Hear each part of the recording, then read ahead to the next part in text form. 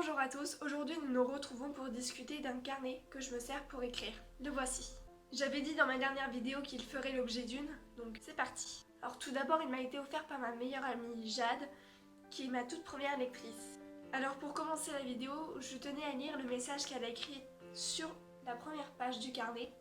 Et la première fois que je l'avais lu, j'étais vraiment très émue, parce que ça fait du bien de se sentir encouragé par ce qu'on aime.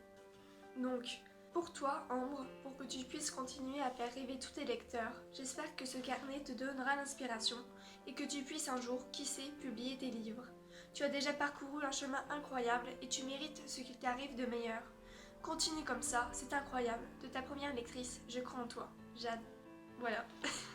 Ça me semblait normal de la remercier et si tu regardes cette vidéo, Jade, je t'adore. Alors tout d'abord, j'ai commencé mon carnet en mettant des verbes de dialogue. Si vous savez pas ce que c'est, vous en voyez pratiquement dans des dialogues. Par exemple, aboyer, accepter, acclamer. Et j'ai recopié tout ça sur écrireunroman.com.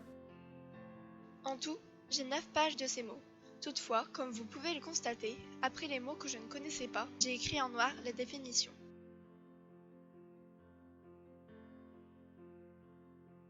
Ensuite, comme je comptais écrire une histoire sur les loups-garous, j'ai écrit leur mode de vie, leurs catégories et leurs rites. Bon, pour finir, j'ai pas écrit d'histoire sur les loups-garous parce que de 1, j'avais pas d'inspiration, et de 2, c'est que j'en ai eu un peu marre de lire des histoires de loups-garous sur Wattpad, et ça m'a un peu saoulée. Franchement, je préfère être honnête.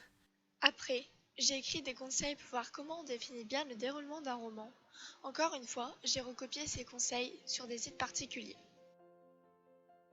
J'ai aussi écrit ce qui se passait lors d'un coup de foudre. Pour pouvoir le décrire dans une situation, ça me semblait important de savoir ce qui se passait. Je m'en suis pas encore servi, mais ça arrivera quand j'écrirai une fiction, chose que j'avais commencé à faire, mais que j'ai abandonné l'idée très vite, parce que j'ai remarqué que je n'avais pas la maturité ni l'expérience nécessaire pour en écrire une. J'ai mis aussi quelques citations de vie que j'aime bien, et parmi celles que j'ai écrites, j'en ai 2 favorites. Vie comme si tu devais mourir demain. Apprends comme si tu devais vivre toujours, de Gandhi. Et ensuite, la vie est une succession de leçons qu'il faut avoir vécues pour les comprendre, de Hélène Keller.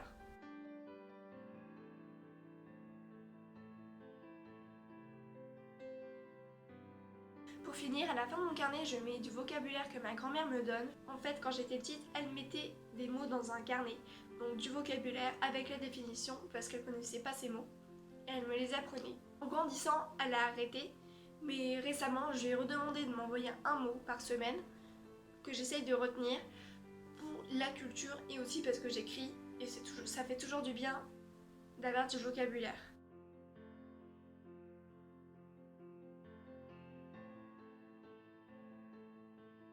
Voilà, merci à tous d'avoir regardé cette vidéo, j'espère qu'elle vous aura plu. Je vous mets en description les liens pour lire mes histoires et à une prochaine vidéo.